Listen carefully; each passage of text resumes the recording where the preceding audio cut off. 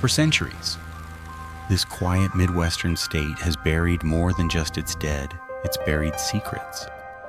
From haunted bridges echoing with the cries of lost children to mansions where footsteps still follow the living, Indiana hides darkness behind its calm. Tonight, we're pulling back the curtain on 15 places where history never truly ended, and the ghosts refuse to be forgotten. 1. Willard Library, Evansville. They say silence should comfort you in a library. But inside Willard Library, silence breathes differently, like something unseen is listening back. Built in the 1880s, this grand Gothic structure was meant to be a sanctuary for knowledge. Yet over the decades, whispers of cold spots, shifting books, and phantom perfume have turned it into Indiana's most haunted legend. Visitors speak of the Gray Lady, a figure glimpsed only in reflections standing at the top of the staircase, her outline faint, her presence unmistakable. It began with small things, lights flickering when no one was near the switches, chairs creaking in empty rooms, the faint scent of lilac trailing through the halls. Then came the security cameras. They caught what no one wanted to see. A mist forming near the genealogy room, the shape of a woman drifting past shelves like she never left the 19th century. Some claim she's the spirit of a librarian who never stopped her watch. Others say she's mourning a lost child buried nearby. But the truth remains locked between pages older than the city itself. Employees speak softly about her, afraid to provoke. Late at night, when the clock strikes 3, the air thickens and footsteps echo from the reading room, steady, deliberate, pacing like someone searching for a book that doesn't exist. And if you're brave enough to visit, stand beneath the iron staircase and wait. Sometimes the temperature drops suddenly. Sometimes you'll catch a glimpse of movement in the mirror behind you. And sometimes, if the Gray Lady chooses, you'll hear the soft turning of a page in a story she's not ready to let end. Would you dare to stay until she finishes it? 2. Indiana State Sanatorium, Rockville. It stands alone on a windswept hill outside Rockville, the Indiana State Sanatorium, once a refuge for tuberculosis patients gasping for breath. Now it breathes on its own. Locals say the building never truly emptied. The laughter of nurses, the coughs of the dying, and the metallic clang of trays still echo through its endless corridors. By day, sunlight fights to pierce its shattered windows. By night, only the hum of the wind and distant whispers remain. For years, the sanatorium's wards overflowed with despair. Patients watched their friends fade away, one after another, and rumors spread of those who never left their rooms, even after death. Some say they can still see figures standing at the windows, pale silhouettes watching the forest below. Paranormal investigators report voices through static pleas for help, prayers, or sometimes angry commands to get out. The basement, they say, is the worst. It's where the morgue once operated. Visitors feel invisible hands brush their shoulders, hear the unmistakable squeal of gurney wheels rolling across tile floors that no longer exist. Thermometers drop without warning. Doors slam themselves shut. And occasionally, in the flicker of a flashlight, a shadow moves opposite the beam like something alive in the dark. Locals warn newcomers never to linger after midnight. The sanatorium seems to awaken then, reliving its most painful nights. Those who enter say they hear the faint rhythm of labored breathing, as if the building itself remembers the suffering it once held. Would you dare to walk its halls alone and find out whether the dead have truly stopped calling for air?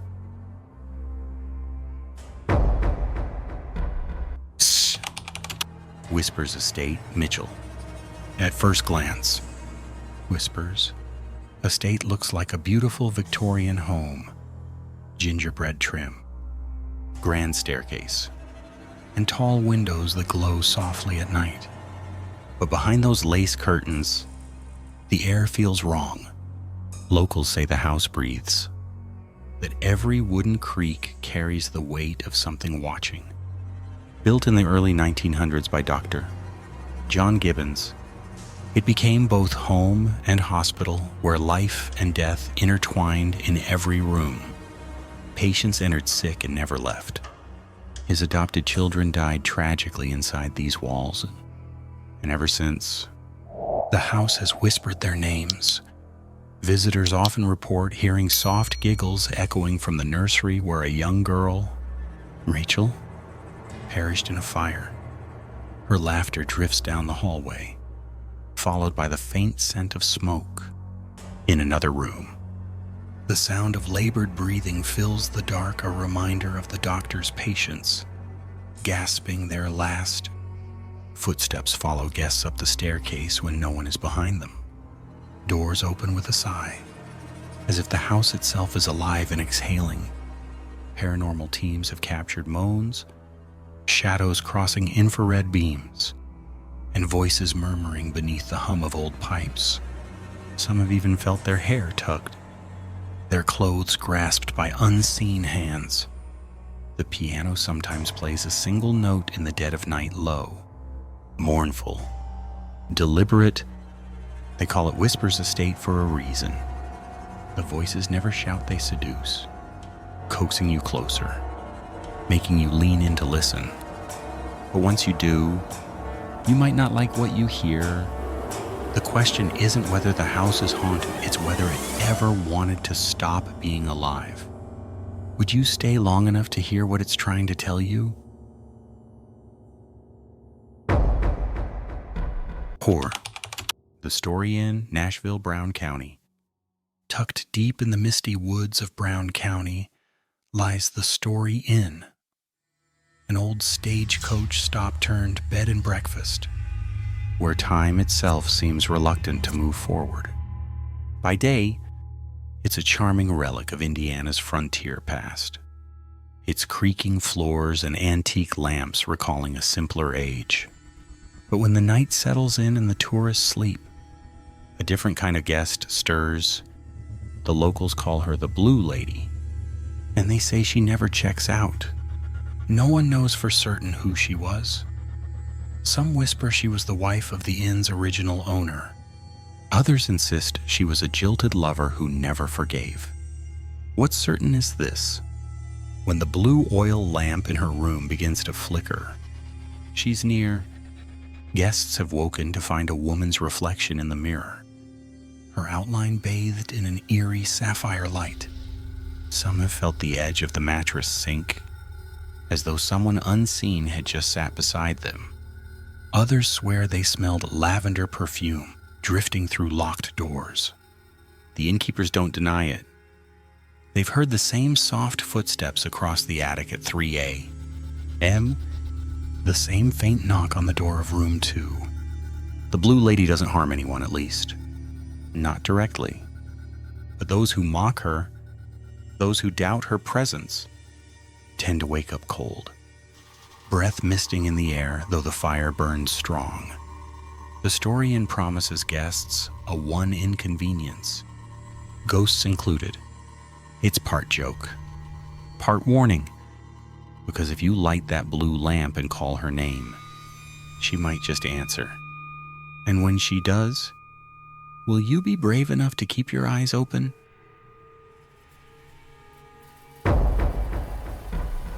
C. French Lick Springs Hotel, French Lick. The French Lick Springs Hotel gleams like a palace in the Indiana hills. Its golden dome and grand marble halls echoing with jazz-age glamour. But long after the guests have gone to bed and the lobby falls silent, the echoes don't stop. Somewhere between the chandeliers and the hushed corridors, something else wanders.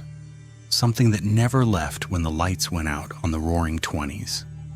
They say it began with the bellhop, Charlie, a cheerful young man who worked these halls decades ago, still makes his nightly rounds. Staff have reported hearing the faint jingle of keys and footsteps padding down empty hallways, always stopping outside the old service elevator. Sometimes the elevator doors open by themselves, no one inside, just a rush of cold air that smells faintly of cigar smoke. Guests on the upper floors tell stories of a woman in white gliding through the ballroom, her dress trailing across the polished floor without a sound.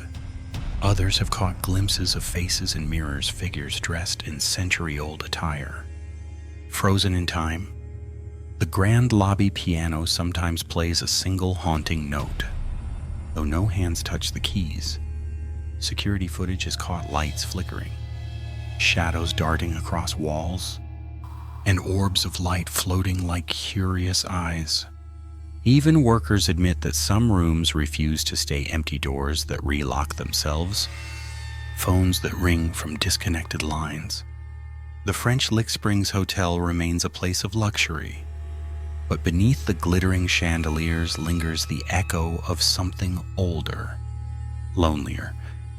Perhaps Charlie still believes he's on duty, forever checking on guests who will never leave. So if you hear the soft ding of the elevator long after midnight, don't be too eager to see who steps out.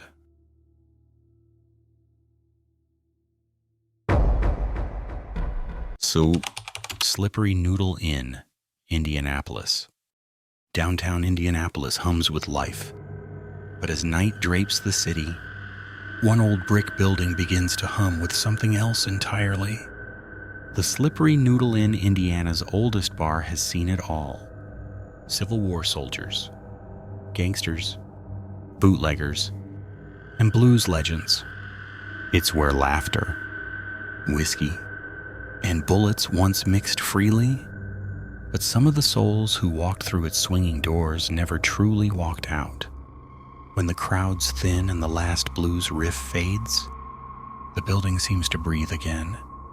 Bartenders cleaning up after hours hear the faint strum of a guitar from the empty stage, or the creak of a bar stool turning by itself. Upstairs, where the brothel once operated, disembodied voices drift through the halls, low murmurs of conversation, footsteps pacing from room to room. A door slams shut. Then silence. Some say it's the girls who worked there, still trapped between a night's promise and its price. Basement workers tell darker tales. They've seen shadows move across the stone walls, felt sudden cold gusts, and once heard a deep, guttural laugh that didn't belong to any living man. During Prohibition, the basement hid gangsters and their victims. Maybe that's why, late at night, the sound of gunfire still echoes faintly through the floorboards. Even the owners admit the building feels alive. Lights flicker without cause. Glasses slide down the counter untouched. And more than one patron has sworn they saw a man in a fedora, sitting at the end of the bar, nodding to the rhythm of a song that ended decades ago. So next time you step inside the Slippery Noodle Inn, listen closely between the notes of the blues. You might just hear the music of the dead keeping perfect time.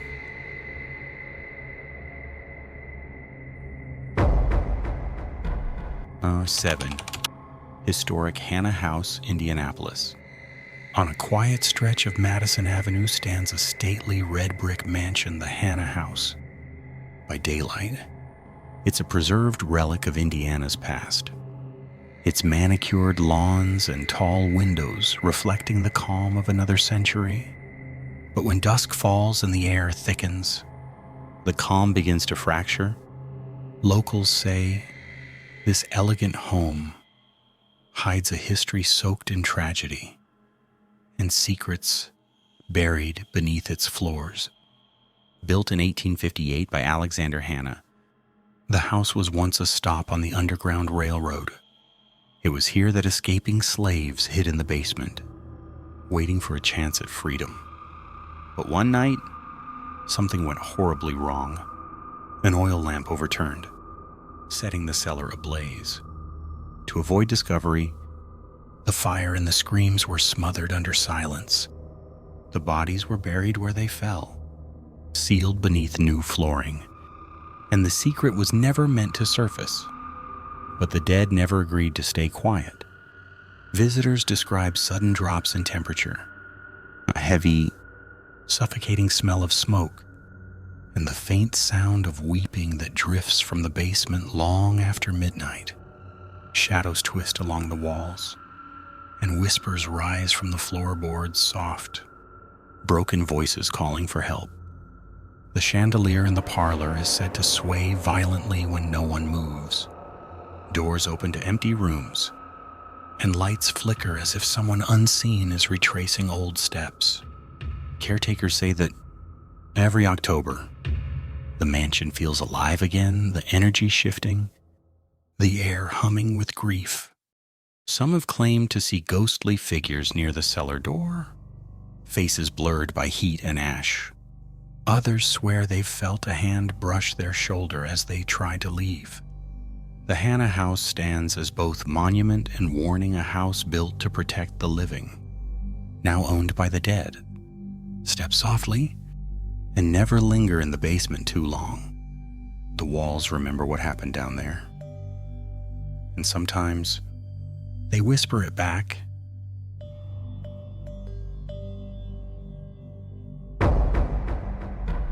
Cheryl, Culbertson Mansion, New Albany. Atop a hill in New Albany, the Culbertson Mansion rises like a frozen dream of 19th century wealth marble fireplaces, ornate ceilings, and the scent of time clinging to velvet curtains. But beneath its elegance lurks a darker melody, one that no renovation could silence. The locals whisper that this mansion, once home to Indiana's richest man, refuses to let its past rest. William Culbertson built the mansion for beauty and legacy, but death moved in long before he moved out. His wife and several of his children died within those walls, and ever since, visitors have felt the heavy pulse of sorrow woven into the woodwork. Tour guides speak of cold drafts that glide across rooms where no windows open, and faint sobs echoing down staircases empty of people. The ballroom chandeliers sometimes tremble, as if quivering to the rhythm of some unseen waltz. In the third-floor attic, workers hear laughter childlike, fleeting, followed by the soft roll of a toy ball across the floorboards. In the parlor, mirrors fog suddenly, even on warm afternoons, as if someone were standing too close, breathing from beyond the glass. Paranormal investigators have caught strange EMF spikes, captured whispers on recorders, and seen shadows slip behind curtains that should reveal only sunlight.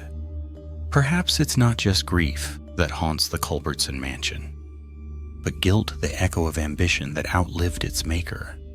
Every corner hums with the tension between beauty and despair, a reminder that money can build walls but never peace.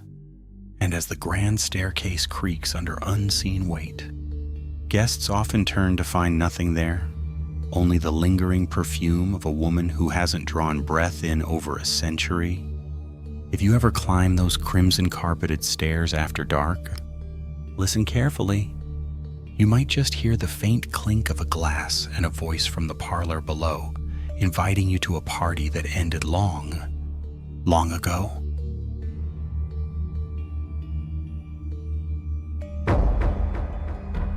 Niet, Rivoli Theater, Indianapolis. Once a shining jewel of 1920s Indianapolis, the Rivoli Theater opened its doors with laughter, jazz, and the magic of the silver screen. But decades later, when the curtains fell for the last time, something else remained behind. Something that didn't care the audience had gone home. The marquee may be dark now, But inside, the air hums with a strange energy, as if the final act never ended. Built on land rumored to hold native burial grounds, the theater carries a weight that can't be swept away with dust. Workers who entered to restore it tell of footsteps echoing across the balcony, doors slamming shut, and the faint smell of perfume drifting through the aisles. One night, a volunteer sweeping near the stage heard applause soft, polite, distant though the seats were empty and covered in dust. Cameras left running overnight capture strange orbs of light darting between the seats and shadowy figures pacing behind the torn velvet curtains. Some claim to have seen a man in a tuxedo standing near the projector booth, silently watching, before vanishing in the blink of an eye. Others speak of a young woman, her silhouette glowing blue, drifting near the lobby mirrors as if searching for her reflection from another time. The Rivoli isn't violent, it's melancholic, a place suspended between memory and afterlife. Every creak and whisper feels like a ghostly encore, a desperate attempt to relive the applause of a forgotten audience. And if you ever stand in that darkened theater alone, you might feel the weight of unseen eyes upon you. Perhaps they're waiting for the curtain to rise again. Or perhaps they're waiting for you to take the stage.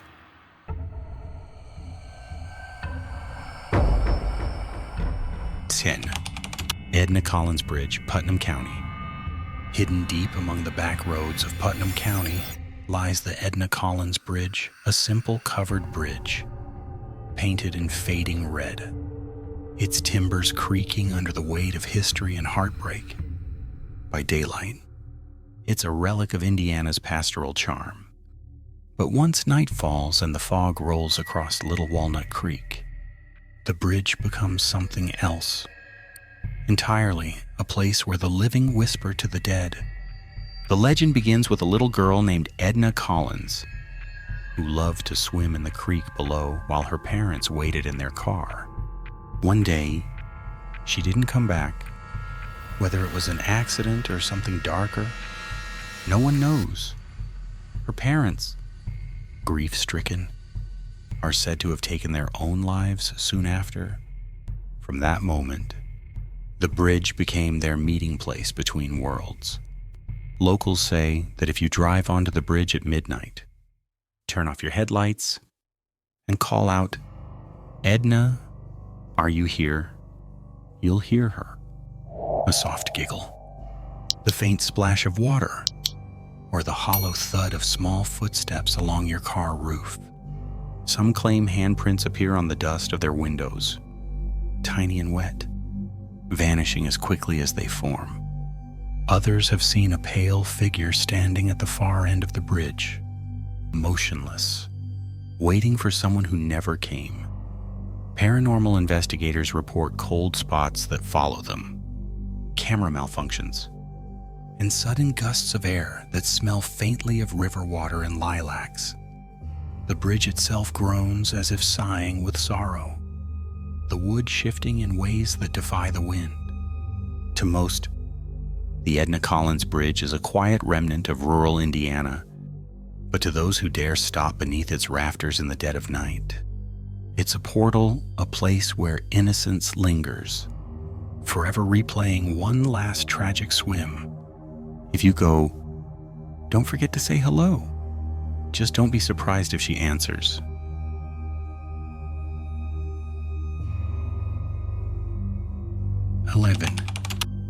Stokeley Mansion, Indianapolis, rising above the rolling lawns of what is now Marian University.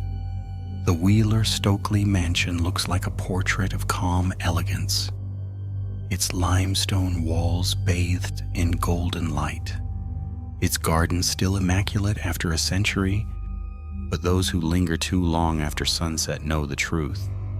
Beauty can mask unrest, for beneath its polished floors and marble staircases, the mansion whispers with lives that never quite let go.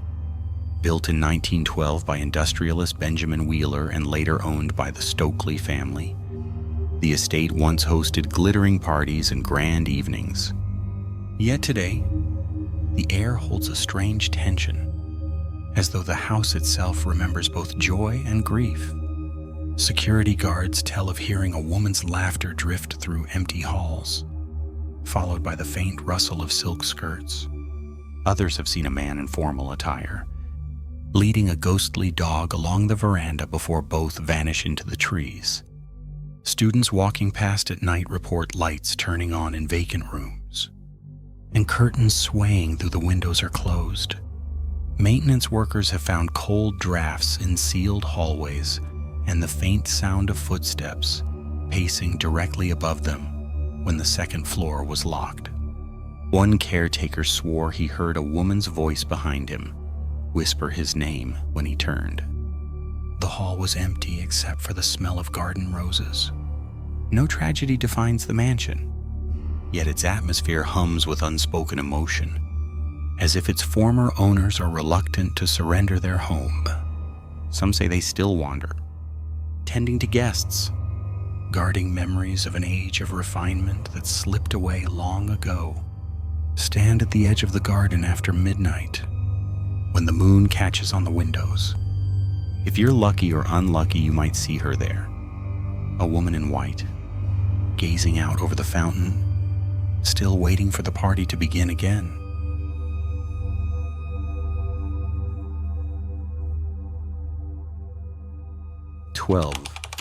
The haunted Avon Bridge, Avon Danville area.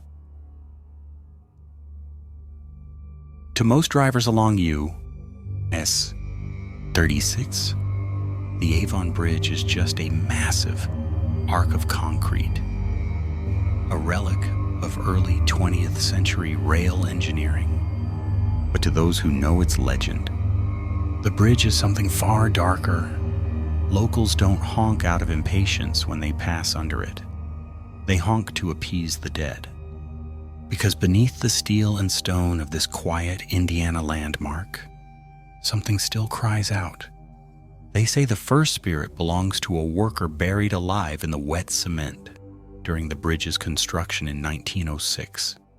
On still nights, people claim to hear his muffled screams echo from deep within the pillars, low, anguished, and impossible to pinpoint.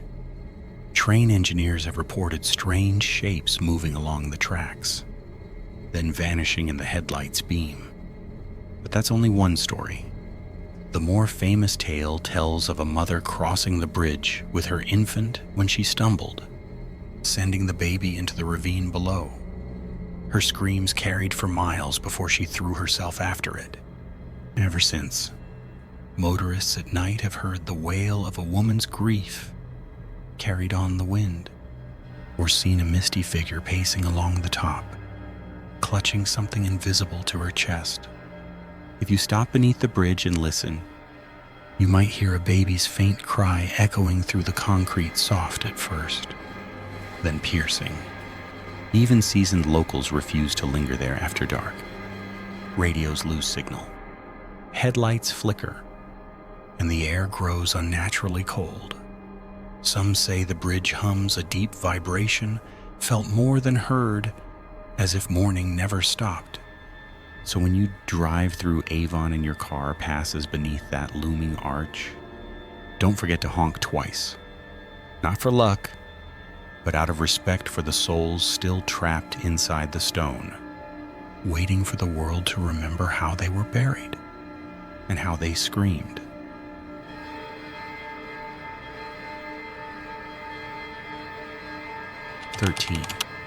Randolph County Asylum Infirmary, Winchester.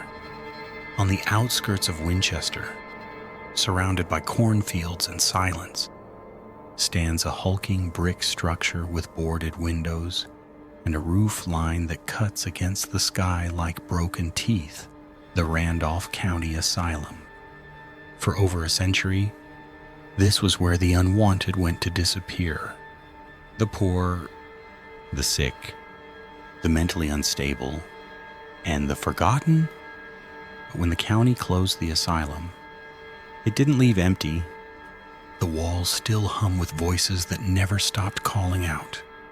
Built in 1899, the building housed thousands through its grim history patients who lived, suffered, and died within its walls.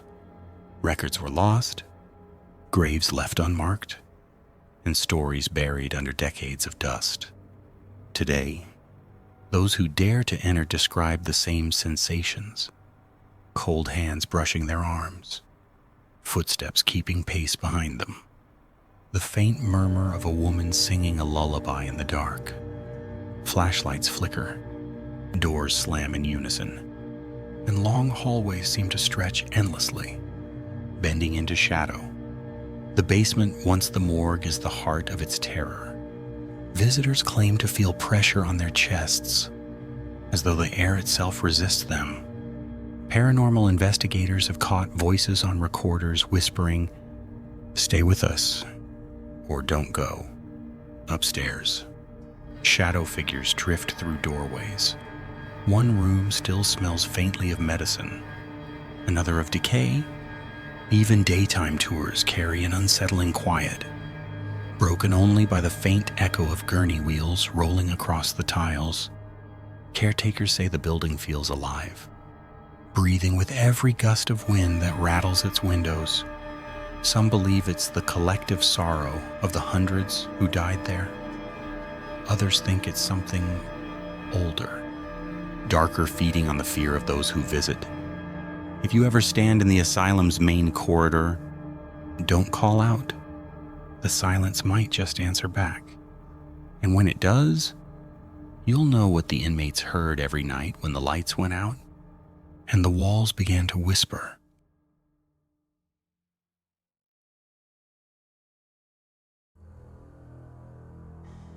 (14) Rhodes Hotel, Atlanta, Indiana.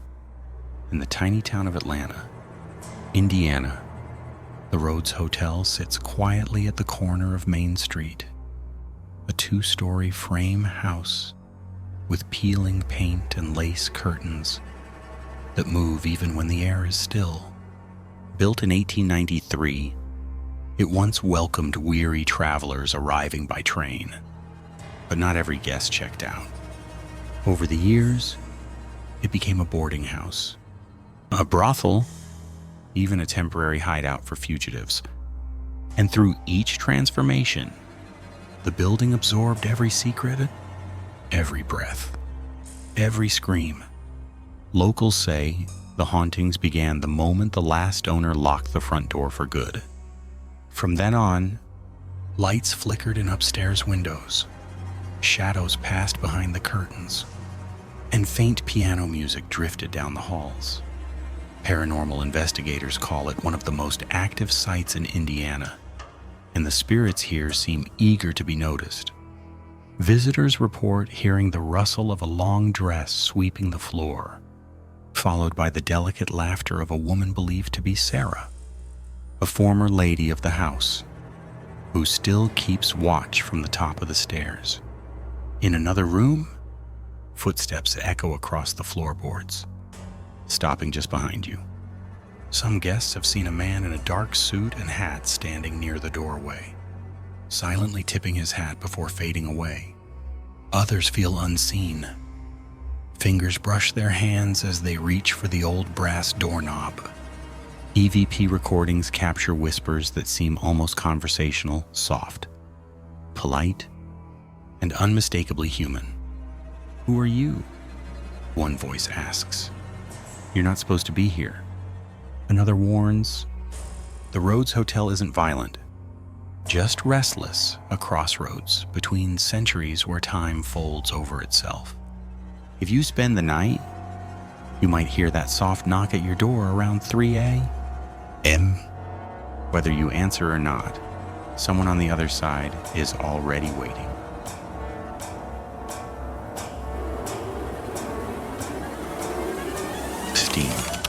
General Asahel Stone Mansion, Winchester. At first glance, the General Asahel Stone Mansion in Winchester looks like the perfect picture of Victorian grace-arched windows, tall columns, and ivy climbing across its weathered bricks.